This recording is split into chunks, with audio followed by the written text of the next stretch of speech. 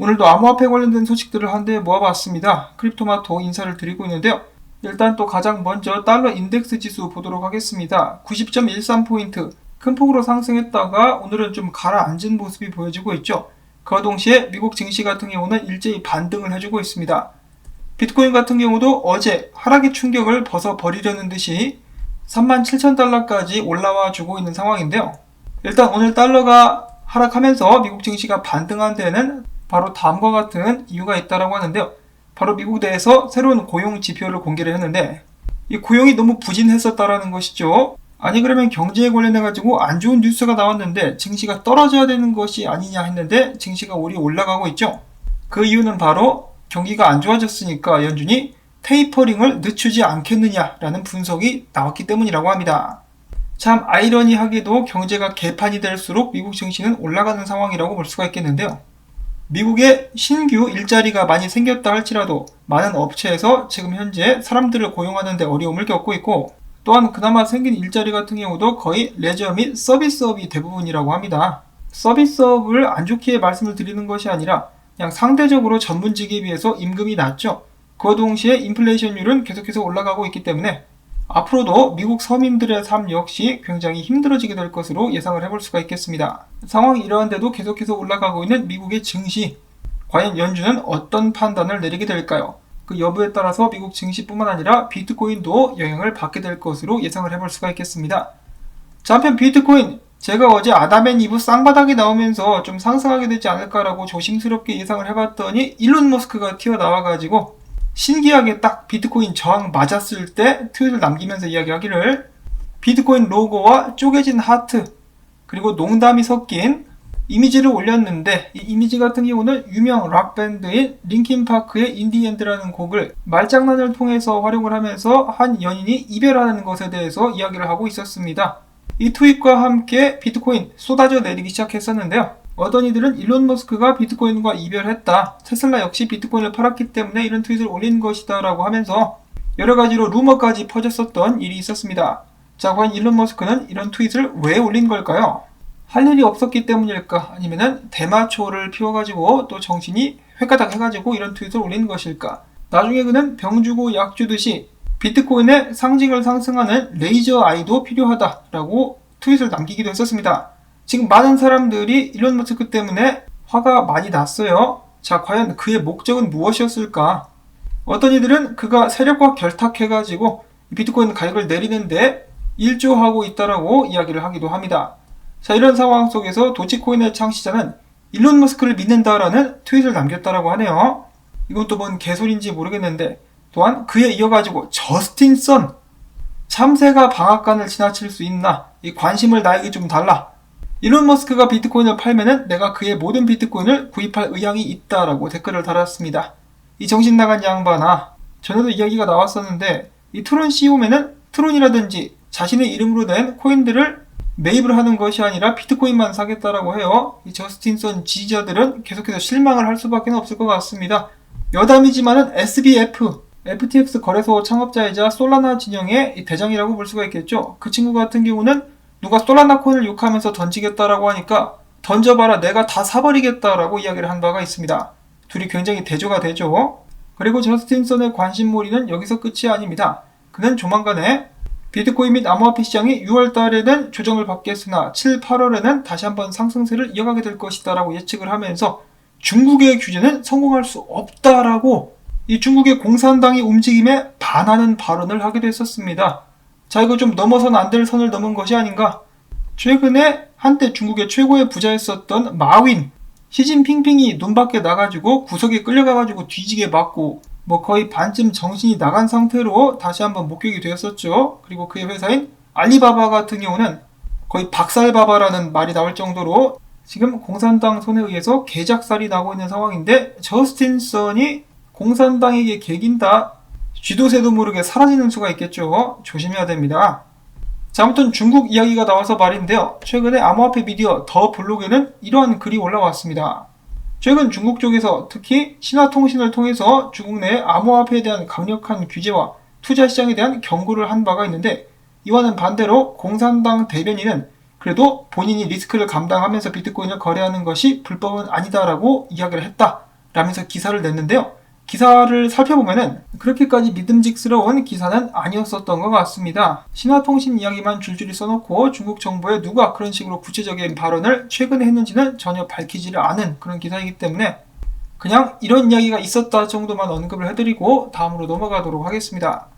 최근 미국에서는 이 사이버 어택 때문에 골머리를 썩고 있죠. 최근에 추가적인 사이버 어택이 감행이 됐었는데 이번에는 미국 내 최대 고기 생산 및 가공 업체에 또 사이버 어택이 걸렸었던 그런 일이 있었고, 이 해커들 같은 경우는 암호화폐를 대가로 요구를 했었죠. 해당 사건을 두고 전 SEC 인터넷 엔포스먼트 치프 같은 경우는 이야기하기를 암호화폐 투자자들이 이런 해커들의 랜섬웨어 공격을 가능하게끔 만들어주고 있다는 망발을 또 짓거렸다고 합니다. 한마디로 암호화폐 투자 때문에 암호화폐에 대한 관심과 가치가 높아지자 해커들이 그것을 노리고 이런 식으로 랜섬웨어 공격을 하는 것이다 라고 이야기를 한 것인데요.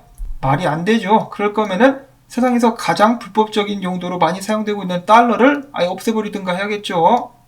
자, 한편 그럼에도 불구하고 마이애미에서 초대형 비트코인 컨퍼런스가 시작이 됐습니다.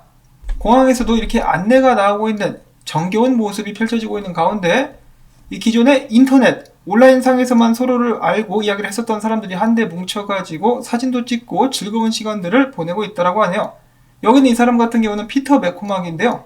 윙클보스 쌍둥이와 함께 사진을 찍었습니다. 자, 윙클보스 쌍둥이 굉장히 키도 크고 우람한 그런 사람들이라고 볼 수가 있겠는데요. 피터 맥코막이 자기가 꼬마가 된 기분이다 라고 이야기를 할 정도로 윙클보스 쌍둥이들 떡대가 어마어마하다라고 볼 수가 있겠습니다.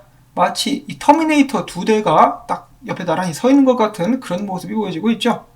자, 아무튼 이 마이애미에서 열리고 있는 비트코인 컨퍼런스, 당연히 마이애미의 시장이자 비트코인의 열렬한 지지자인 프란시스 수아레즈 마이애미시 시장은 연사로서 다음과 같이 이야기를 했다고 합니다. 마이애미시는 비트코인을 도입한 첫 번째 도시다. 우리는 자본의 도시가 된다는 것에 진정한 의미를 이해하고 있으며 또한 이 중앙은행들의 화폐 통제는 머지않아 끝나게 될 것이다 라고 이야기를 했다고 하네요. 자, 중앙은행들의 화폐 통제가 끝나게 된다. 화폐 통제권은 정부와 함께 중앙은행의 개돼지 사유권을 의미하는 것인데 과연 개돼지 사유권을 그들이 포기할 수 있을 것인가? 그것은 잘 모르겠네요. 자, 그리고 이어서 해당 컨퍼런스에는 마이클 세일러도 출연을 했었는데요. 그가 한 말은 생략을 하도록 하고 다음으로 해서 잭 돌시 트위터 창업자는 이렇게 이야기를 했습니다. 비트코인은 나의 모든 것을 바꿔놓았다. 나는 모두가 비트코인을 쓰도록 만들고 싶다. 더 이상 은행이 필요 없다. 더 이상 금융기관도 필요하지 않다라고 이야기를 하면서 조만간에 비트코인 하드웨어 지갑 제작에 들어갈 수 있다라고 밝혔습니다. 해당 하드웨어 지갑 같은 경우는 모든 것이 공개적으로 개발될 것이며 레이어2 솔루션을 활용할 수 있게 될 것이라고 하네요. 만약에 레이어2 솔루션을 통해서 확장성과 거래 속도를 높일 수 있다면 비트코인을 실제로 활용하는데도 크게 도움이 될 수 있을 것 같습니다. 그 다음엔 비트코인 분석 관련된 소식들로 들어가 보도록 하겠습니다. 자, 머스크발 비트코인 하락 전에 62만 개의 신규 지갑에서 무려 57만 개의 비트코인을 사들였다고 합니다. 자, 이런 움직임 때문에 머스크가 세력들이랑 함께 일을 하고 있는 것은 아닌가라는 추측이 돈다라고 하는 것이죠. 자, 이 지갑의 주인들이 누군지는 모르겠습니다만 신규 지갑이래요. 신규 지갑에서 비트코인을 몽땅 쓸었습니다. 그들의 평단은 35,600달러라고 하네요. 다음으로 해서 지난 9년 동안 움직임이 없었던 비트코인 900개가 또 최근에 움직였다고 합니다. 자, 과연 어디로 가게 되는 것일까? 움직인 목적은 무엇일까? 한편 해당 900개의 비트코인의 평단은 13달러 50센트였다고 하네요. 어이가 없어가지고 헛웃음이 나오죠. 그 다음으로 어제 나왔던 소식에 의하면은 어떻게 보면 그제라고 볼 수가 있겠죠. 채굴자들이 비트코인을 축적하고 있다라고 했었는데 그러자마자 채굴자들은 비트코인을 바로 빼가지고 팔고 있다라고 합니다. 에라이씨. 최근에 3271개를 빼가지고 팔았다라고 하는데요. 자, 이거 좀 안 좋죠. 채굴자들이 비트코인을 팔게 되면 하방 압력은 가중될 수밖에 없겠습니다. 자, 그렇다면 지금 비트코인 분석은 어떨까? 분석 몇 가지를 한데 모아봤는데요. 비트코인 같은 경우는 보시는 이 추세선 있죠. 여기 맞을 때마다 반등을 해오는 모습을 꾸준하게 보여줘 왔었습니다. 근데 이번에는 약간 좀 위태위태해요. 여기서 버텨야만 다시 한번 반등할 수 있는 것이지. 만약에 이게 무너진다? 다음 지지선은 34,000달러, 33,000달러, 31,000달러 등등을 들 수 있다고 합니다. 이것은 크립토 비트코인 크리스의 분석이었고요. 이어서 인컴샤크라는 분석가는 이야기해주기를 지금 현재 여기 있는 지지선에서 잘 맞고 비트코인이 버텨줬기 때문에 4시간 봉에서 이런 식으로 지지가 나오는 것은 긍정적이다. 지금부터 반등할 수 있지 않겠느냐. OBB 같은 경우도 위로 깨고 나올 수 있지 않겠느냐라고 반등을 예상하는 분석을 내놨었고, 그 다음으로 렉트 캐피탈 같은 경우는 만약에 비트코인이 일봉 마감을 여기 있는 이 추세 위에서 하게 된다. 가격대를 봤을 때 대략적으로 37,000달러 중반이 될 수가 있겠는데요. 이 위에서 일봉 마감을 할 수 있다라면은 이 추세선을 토대로 계속해서 상승할 수 있을 것이다. 43,000달러 정도까지 오를 수 있을 것이다 라는 예측을 내놨습니다.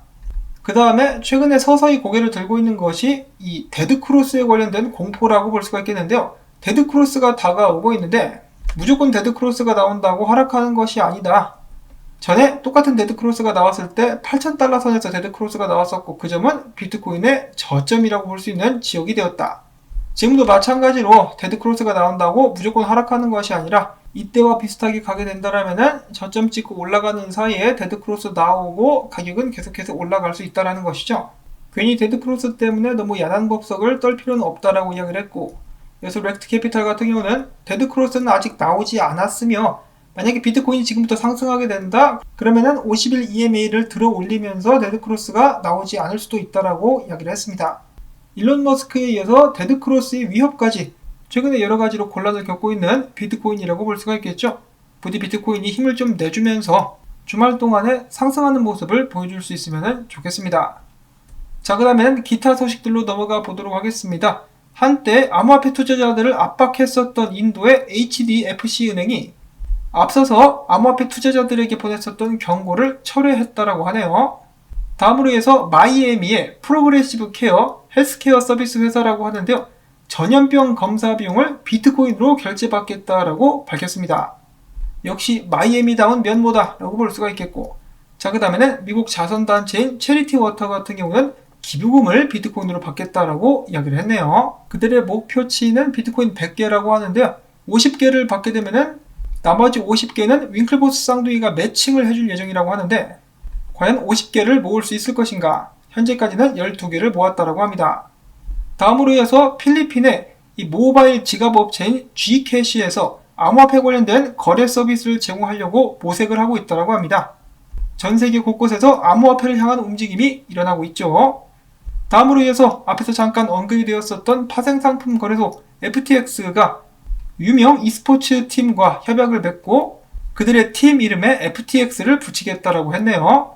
이전에는 미국 NBA 구단 중에 한 곳과 또 계약을 체결하고 해당 스테디움에서 FTX 거래소를 광고한다는 소식도 나왔었는데요. 지속적으로 이름을 알리기 위해서 노력하고 있는 FTX라고 볼 수가 있겠고, 이 거래소로 최근에 2억 달러어치 USDT가 유입이 됐다고 합니다. 자, 파생상품 거래소이기 때문에 2억 달러로 무엇을 하게 될까? 자, 물론 일반 거래도 됩니다. 그렇기 때문에 뭐 좀 매수를 해주면 좋겠다라는 희망을 가져보고, 이어서 NFT 마켓플레이스인 오리진 같은 경우는 브레이브 브라우저와 파트너십을 맺고 한정판 NFT 경매를 진행한다라고 밝혔습니다. 이어서 오늘 소식에 계속해서 이름을 드러내고 있는 윙클보스 쌍둥이 같은 경우는 이더리움은 장기적으로 4만 달러까지 가는 것도 가능하다라고 이야기를 했다고 합니다. 이전에는 5천 달러까지 가는 것도 가능하다라고 이야기를 하지 않았었나? 10,000달러 했었나? 그랬었던 것 같은데요.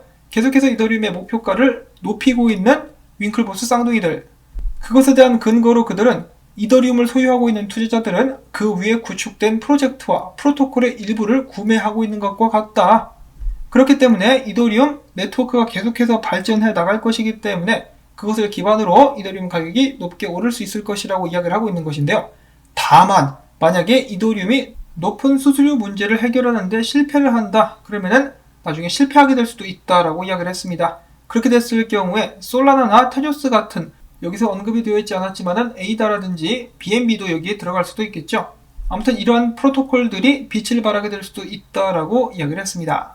최근 이더리움을 보시면 아시겠지만은 가스 비용이 그래도 많이 줄었습니다. 이더리움의 확장성을 개발하고 있는 회사들이 많이 있기 때문에 뭐 그래도 괜찮게 나가고 있지 않나 라는 생각이 드네요. 한편 이더리움 같은 경우는 어제 비트코인과 마찬가지로 중요 저항이라고 볼 수가 있었던 2,900달러대를 뚫지 못하고 떨어졌는데요. 지금 상황 속에서 의견들이 엇갈리고 있습니다. 이 더블탑 찍고 M자 패턴을 그리면서 이더리움이 떨어질 것이다. 아니면은 지금 추세를 잘 지켜주고 있는 것을 봐서 어센딩 트라이앵글을 만들면서 위로 상승하게 될 것이다. 자, 과연 이더리움은 어떠한 방향으로 움직이게 될까요? 여러분들도 아시다시피 비트코인에게 그 방향성이 달려있다라고 볼 수가 있겠습니다. 특히 비트코인과 이더리움 상관관계가 6개월 만에 전 수준으로 상승했다라는 것인데요. 그만큼 비트코인이 움직이는 것에 이더리움의 영향을 많이 받게 되었다라고 볼 수가 있는 것이겠죠. 자, 과연 6월달 안에 비트코인과 이더리움을 포함한 다른 암호화폐들은 어떤 움직임을 보여주게 될까요? 쉴 틈 없는 암호화폐 시장 계속해서 기대를 해보도록 하겠습니다. 자, 오늘 영상이 길어져가지고 바로 마치도록 할게요. 도움이 되셨다면 토마토밭에 탕수육 던져주기 광고 영상 시청 부탁을 드리면서 저는 다음에 인사를 또 드리도록 하겠습니다. 안녕히 계십시오.